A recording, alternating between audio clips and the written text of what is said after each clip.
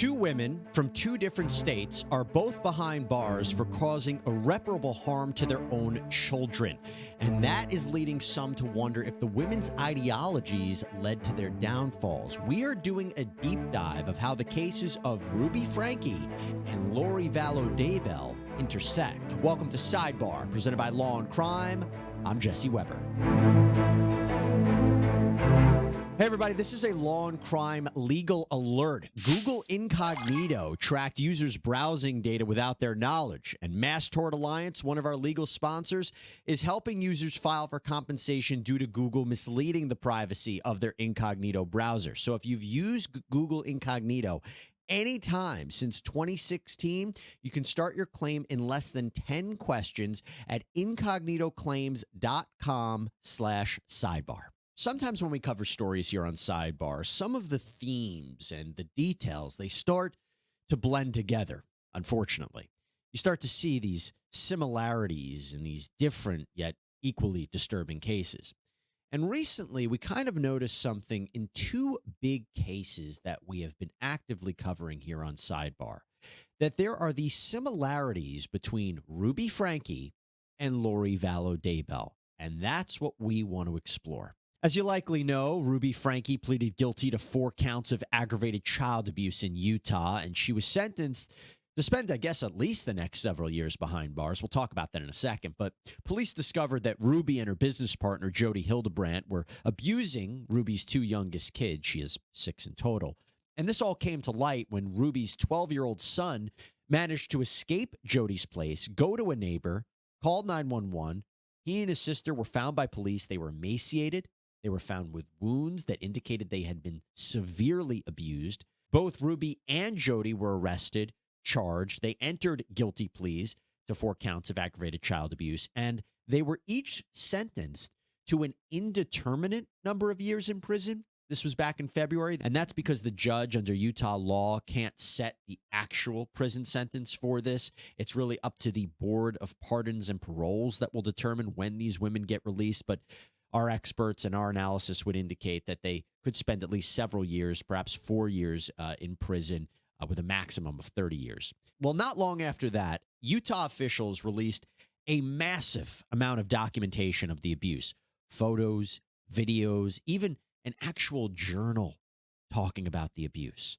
And according to the journal entries, seemingly written by Ruby, Ruby believed that her children were evil and they were possessed by demons. And that Jody said the only way to save them was to do these awful things to them, like denying them food or a bed, making them stand outside in the sun for hours, pushing this 9-year-old girl into a cactus.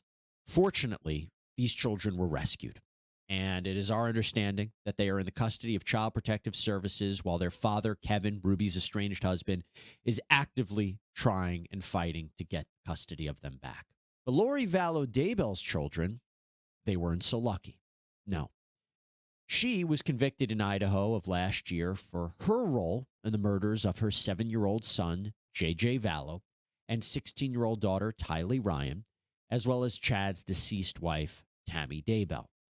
Prosecutors say that Lori and Chad were having an affair when they decided to kill Tammy and the kids. And several reasons have been given, including money from life insurance and Social Security payouts, the opportunity to live freely as a couple. But the most interesting reason is that Lori and Chad believe they were higher beings who had been together in a past life, and that people who potentially stood in their way were dark or zombies. The couple allegedly believed that the victims had been replaced by something evil. Well, after she was convicted of murder and conspiracy charges, the judge sentenced Vallow Daybell to prison for each of the charges to be served consecutively. A trial for Chad Daybell, currently underway right now. He's facing similar counts. We've been covering it here on Sidebar. Now, as far as we know, there has never been any confirmed connection between Ruby Franke, Vallow, Jody Hildebrandt, or Chad Daybell. But Jody and Chad, they did seem to run in the same circles on the conference circuit. While Chad sold books, he was an author of religious-themed novels like Days of Fury and The Great Gathering. Jody was a motivational speaker. But the similarities in these cases have people talking, and that's what we want to do. We want to dig a little bit into that. Now, much of the comparison comes back to, of course, religion. That Chad, Lori, Ruby, Jody, they were all seemingly members of the Church of Jesus Christ of Latter-day Saints, the Mormon Church, but they all veered off the traditional path to a more extreme belief system. And let me be clear about that. What these defendants did or are accused of doing is in no way a reflection on the actual teachings and beliefs of the church. These were radical, offshoot beliefs. In fact, both Ruby and Lori have been accused of essentially joining a cult. In his books, Chad talks about near-death experiences and visions. He and Lori believe that they were ordained by God and needed to spread their message in order to save people. But they also believe that some people were beyond saving, that if they had been taken over by a dark spirit, they needed to be cleansed. Lori's friend, Melanie Gibb, was pulled into this delusion. She recently testified about the couple's beliefs during Chad's murder trial. At some point, did she talk to you more about what it meant if the evil spirit came in, like where the actual person went? So when a dark spirit would take over, the original spirit of the person would go into the spirit world. And that's what she originally told you. That's right. And did she tell you she received that information from Chad? Yes. Was there a way to do something to help that person? She would try to do like a casting out of an evil spirit and try to convince the spirit to the evil spirit to leave. Can you tell me a little bit about what would happen at the casting? So Lori and a few of her friends would stand in a circle and then feel like they had the power and authority to cast out the evil spirit by trying to use words, I guess, like an energy work to be able to convince them to leave and hoping that the evil spirit would leave. Did you participate in the castings for Charles? Yes. At any point, did Lori tell you whether or not the casting was successful? Yes. And what did she share with you? She would say that Ned had left, and then shortly after, she would say somebody else got in, another entity. Do you know who told her that information or where she got it from? Yes, she got it from Chad. And did she tell you that? Yes. At some point, did you learn what would happen to the body if the casting was actually successful? She would say that the body was supposed to die if the evil spirit left. When they mention Charles, by the way, they mean Lori's husband before Chad, Charles Vallow. He was shot and killed by Alex Cox, Lori's brother, allegedly in self-defense, although she has now been charged with conspiracy to commit the murder of Charles Vallow out in Arizona. She faces that charge. Alex himself later died from a blood clot. Chad's defense team is pointing to Alex as being the real killer of JJ and Tylee. Meantime, Jody Hildebrandt was creating Connexions, a therapy company that offered mental health support, group therapy, online courses, a lot more. Jody was a licensed therapist, but her license was taken away after her arrest. Utah legislators are actually now calling for more oversight for those with these professional licenses. Ruby was listed on the Connexions website as a mental fitness trainer. She and her husband, Kevin, became more and more involved with the company, and Ruby started appearing in Jody's videos, which focused on what the women called distortion. If you're living in distortion, then you can't see the truth. Now, Kevin spoke a lot about this with police. This was after the kids were rescued and Jody and Ruby were behind bars. He claimed that at Jody's insistence, he had left the family home and his 6 children, reportedly to work on his own issues that he had to resolve before he could go back. He says he hadn't seen any of them in more than a year. Told police that the more time Ruby spent with Jody, the weirder things got. When after a conference, a Connexions conference down in St. George, all the inner circle, all the people who were being trained as mental fitness coaches and stuff. So that was Ruby and a bunch of other people and their spouses. We went out to like a dinner afterwards, and that's where Jody really opened up to the women in a private conversation that she believed she was being tormented and haunted by shadow figures every night. And that was spooky. It was weird, and I hated it. And I became the resident exorcist. That was the title I came up with myself. I thought it was kind of funny, but it was my job to like go and give her blessings whenever she started to like go into a trance and go into possession, and which started to be a lot. And Ruby would go up and check on her. It started like every 4 hours at night, and then it moved every 2 hours at night, then it moved every hour at night, and then at some point Ruby said, you know what, I'm just going to start sleeping in there. And if I need you, I'll come down and get you. I'm like, that's kind of weird, but okay. And that was that. They started sleeping in the same bed. Just going back, you said that she was having like these visions of like were you ever privy enough to understand or be told what those visions were? A couple of them. What were the two that she would tell you about?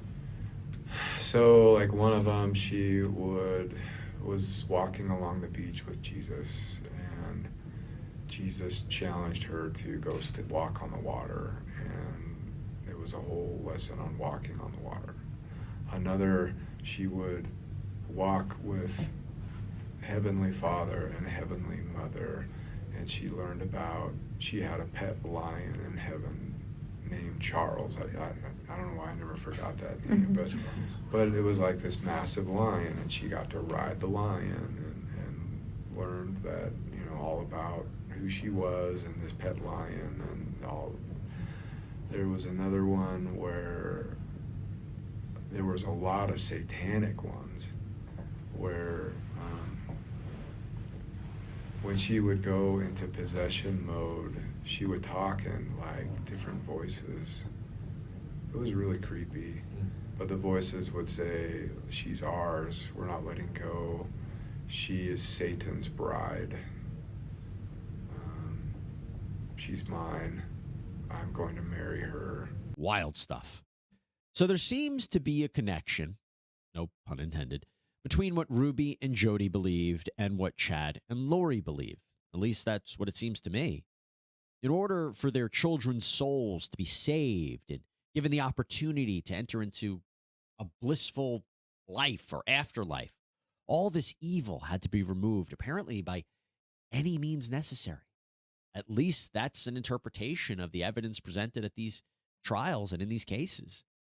Now, another aspect that's comparable between the cases is how these two pairs were spreading the message. You see, Chad attended Brigham Young University in Utah, BYU, and he spent a good portion of his life working as a sexton, a caregiver for cemeteries. He started publishing books about his cemetery experiences and then transitioned to books for a religious audience. He and Tammy met at BYU. They get married in 1990. They lived in Utah until 2015 when they moved to Idaho. It was reported that Chad founded a book company in 2004, which gave Chad a way to get out his message about the end of days and the apocalypse, which he seemingly believed was imminent. Lori and Chad appeared on multiple podcasts together. Lori, Melanie Gibb, they also had their own podcast called Feel the Fire. In fact, there was an episode from 2019 that was titled Feel the Fire, Chad Daybell Sharing Jesus Love. During Lori's trial, pieces of that podcast were played for the court. We came here to fight this war, and what I know directly from Jesus Christ and angels from on high who have come to minister to me. Okay? The time is now. This war is on, and it has started. And what Jason gave us about a timeline is accurate, true, and correct. These things will start happening in the next 2 years, and things are going to change, and we need to be ready for that change. And how we do that? We sanctify ourselves. We turn our lives completely over to Christ, and we let him build the warrior from within. Now, in terms of Jody Hildebrand, Jody's Connexions business also had a podcast as well as a presence on social media with photos and videos offering life advice.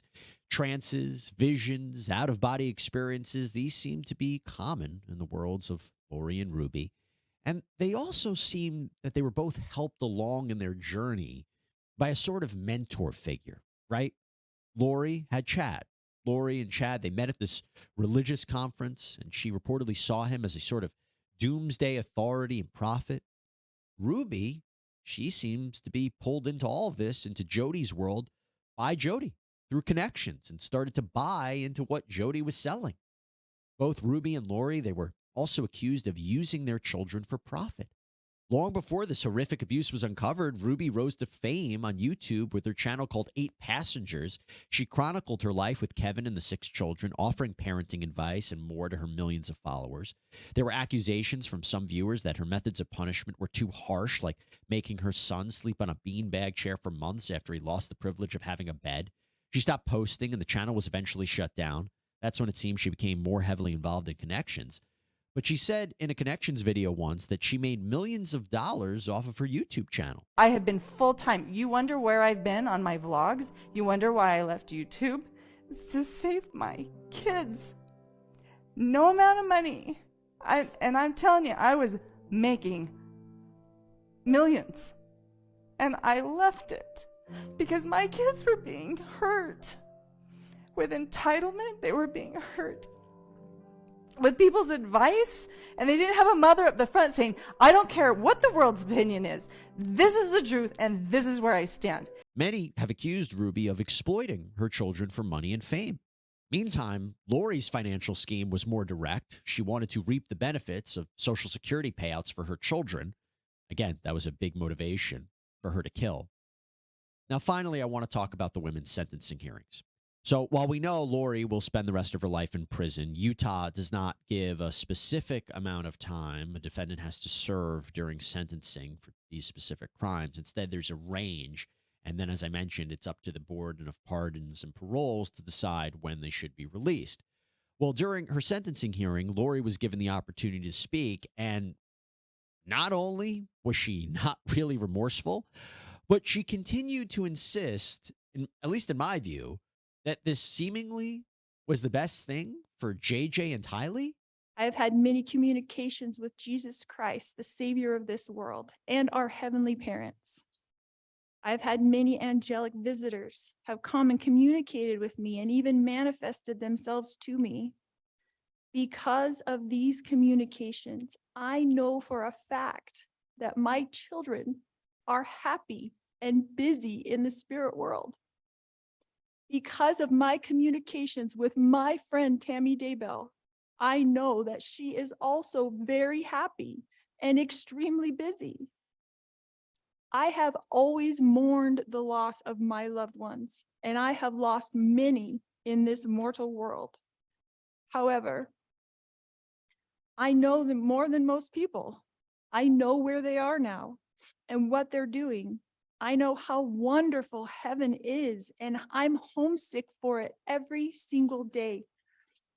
I know we all lived in heaven before we were born on earth, and we were all adult spirits in the heavenly realm. We chose to come to earth as mortals.